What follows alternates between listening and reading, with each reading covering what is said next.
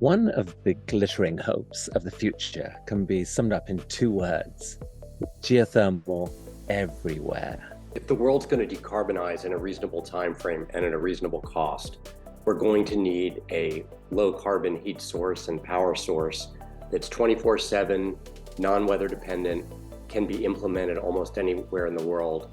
It is a constant and very efficient source of renewable energy. There are only a few candidates for that role: nuclear fission and fusion, perhaps carbon capture and storage on natural gas, and super hot rock geothermal. To get the whole country behind climate action, the solutions can't all be branded as green and left. And that's what's exciting about geothermal. On top of its promise of abundant, reliable, clean energy, it's congenial to fossil fuel states and their vast infrastructure. Today, heroic individuals who've spent their entire careers working for the very industry that is blamed for the climate crisis are developing the technologies capable of delivering geothermal everywhere. The ground is shifting under every single one of those hurdles, pardon the pun. It seems like every single one of those hurdles is really loosening, and that is the thing that gives me hope. We all know that there's unlimited energy right under our feet, but it's been tantalizingly hard to access cost effectively. I am very excited about the possibility that we will continue to develop our geothermal potential. Drill, baby, drill. For heat, not oil. It's an idea whose time has come. It's happening. Buckle up. This is going to be amazing.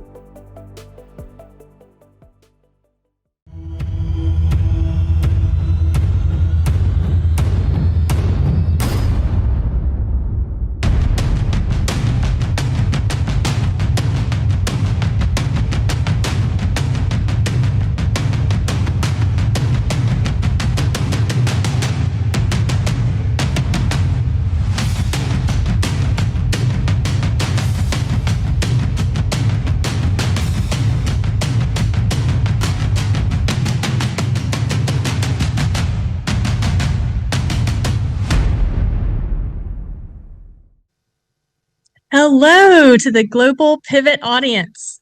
I'm Jamie Beard, Executive Director of Project InnerSpace, and I'm actually here in the Netherlands, strangely, virtually here from the Netherlands. And right beside me is a really awesome group of people, the whole Netherlands geothermal ecosystem, and they're all here live to join our global audience and have some chats about geothermal.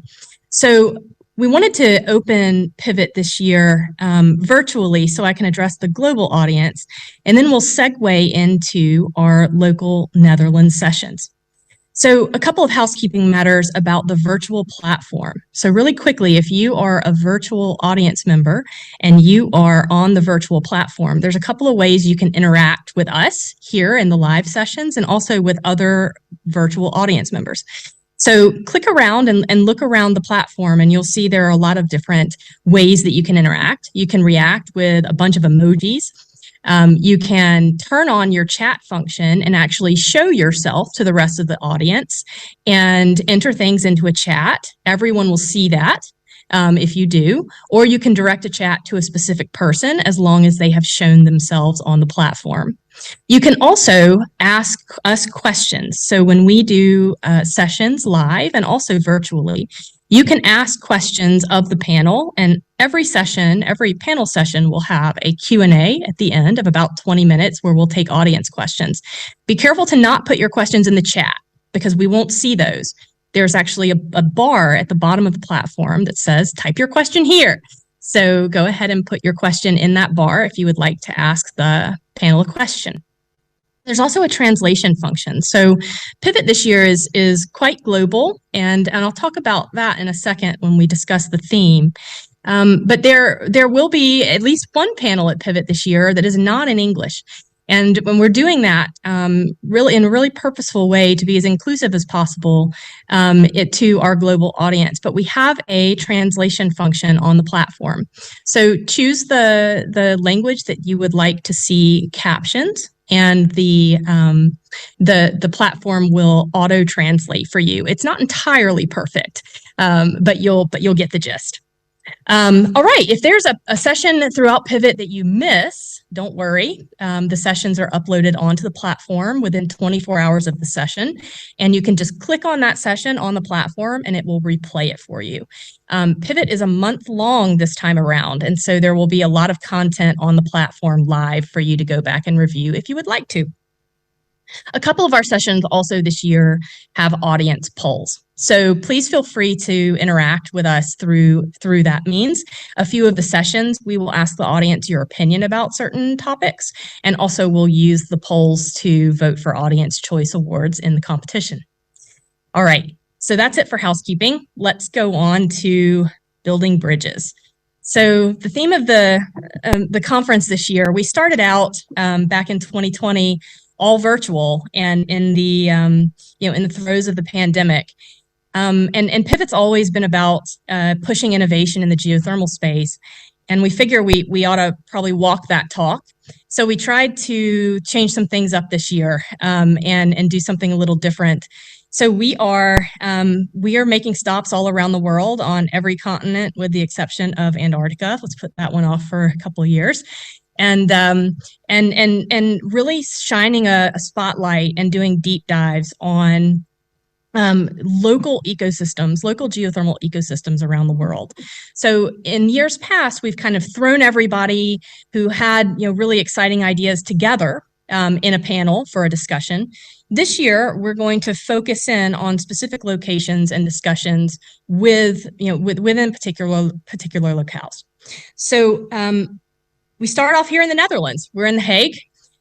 Pivot Aberdeen happens on Wednesday, and that's our focus on Europe. And then we skip around, right? So we have a focus on Iceland, then on China with World Geothermal Congress and some sessions focused on China, then to Ladakh, India, and a focus on India and geothermal, then to Africa for Pivot Nairobi. We're also going to do a Pivot Nigeria this year in Lagos. Going then to Pivot Calgary, then Pivot Bogota in Colombia, and then to Pivot Reno, which is a focus on the Geothermal Rising Conference. We will be broadcasting a full day of sessions from Geothermal Rising. And then we will close on October 6th in Houston, Texas. So lots to learn and lots going on at Pivot, and it's really an exciting year for us, which brings us to the theme of building bridges, right? So trying to figure out how to use the global platform that Pivot has built over the past few years, which has gotten quite large. Over 6,000 last year attended the conference across 130 countries. Figured out how to use this platform to connect our global audience and kind of bust through some silos that exist in geothermal. So let's see, every single one of you will help us do that. So I want to take a second to say congratulations and thank you to our corporate sponsors. So Pivot is free, and we hope to keep it free. And the reason it's free is because we're trying to build a robust global ecosystem. And the way you do that is removing barriers, right? So anybody can attend Pivot as long as they have an internet connection. And our sponsors help us keep Pivot free. So thank you very much to Baker Hughes, to Neighbors Industries, to Chesapeake, to NOV, and to Halliburton. Really helpful in not only making local connections for us at Pivot, but also in funding us to stay free and accessible.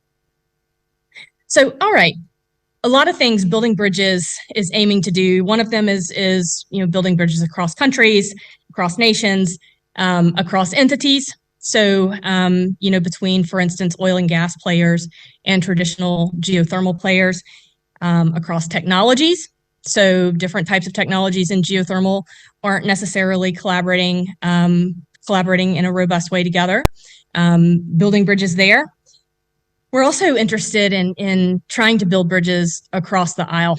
So geothermal is experiencing a little bit of polarization, just like broader humans are, in terms of disagreement on ways forward, and inability right now to build pathways together. And I think a lot of that tension comes to the fore when talking about oil and gas industry engagement in geothermal. And that's become more evident as oil and gas majors and industry begins to engage more significantly in geothermal. So I think we're at the beginning of a trend here that we need to robustly address, right? And so one of the things that Project InnerSpace is working on is outreach to climate environmental groups to try to build some of those bridges between entities that are excited about scaling geothermal and developing geothermal, and groups that really want to see new forms of energy scale very quickly, but that don't necessarily see eye to eye on how to do that, or aren't necessarily sitting at the same table together. So, before I kick it off to our live Netherlands crew and our first panel led by the absolutely fabulous Merit Bromer of the International Geothermal Association, I want to show a video that shows the enthusiasm that's coming out of the environmental and climate activism space. There are many philanthropists, environmentalists, thought leaders in all types of disciplines, including law and media. There are celebrities now that are getting excited about geothermal. And so we wanted to collect some thoughts from some environmental and climate luminaries to share about what they think about geothermal. So we'll cue that video now, and then I'll hand it over to Merit live in the Netherlands. Enjoy Pivot, y'all. We'll see you later.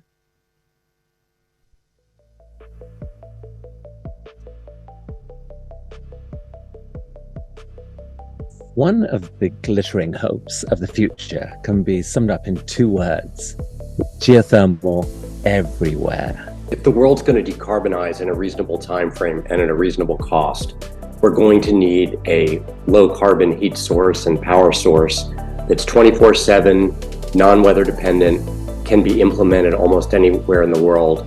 It is a constant and very efficient source of renewable energy. There are only a few candidates for that role: nuclear fission and fusion, perhaps carbon capture and storage on natural gas, and super hot rock geothermal. To get the whole country behind climate action, the solutions can't all be branded as green and left. And that's what's exciting about geothermal. On top of its promise of abundant and reliable clean energy, it's congenial to fossil fuel states and their vast infrastructure. Today, heroic individuals who've spent their entire careers working for the very industry that is blamed for the climate crisis are developing the technologies capable of delivering geothermal everywhere. The ground is shifting under every single one of those hurdles, pardon the pun. It seems like every single one of those hurdles is really loosening, and that is the thing that gives me hope.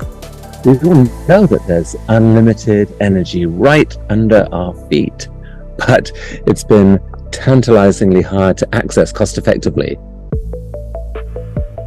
I am very excited about the possibility that we will continue to develop our geothermal potential. Drill, baby, drill. For heat, not oil. It's an idea whose time has come. It's happening. Buckle up. This is going to be amazing.